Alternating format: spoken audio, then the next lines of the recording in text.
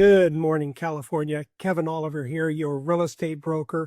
And today, let's save you from getting blindsided at the closing table. Let's talk about 3 hidden costs that catch sellers off guard.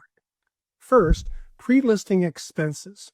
Small repairs, touch-ups, staging, landscaping, all help you sell for top dollar, but they do cost money up front.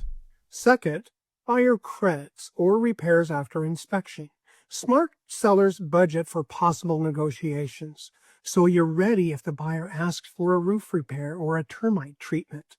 And finally, the moving costs, trucks, storage, short-term housing between closings, they can add up faster than you think.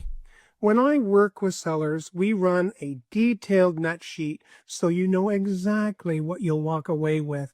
No surprises, no guesswork. DM me the word costs, and I'll send you my seller's net sheet template to plug in your numbers and plan ahead.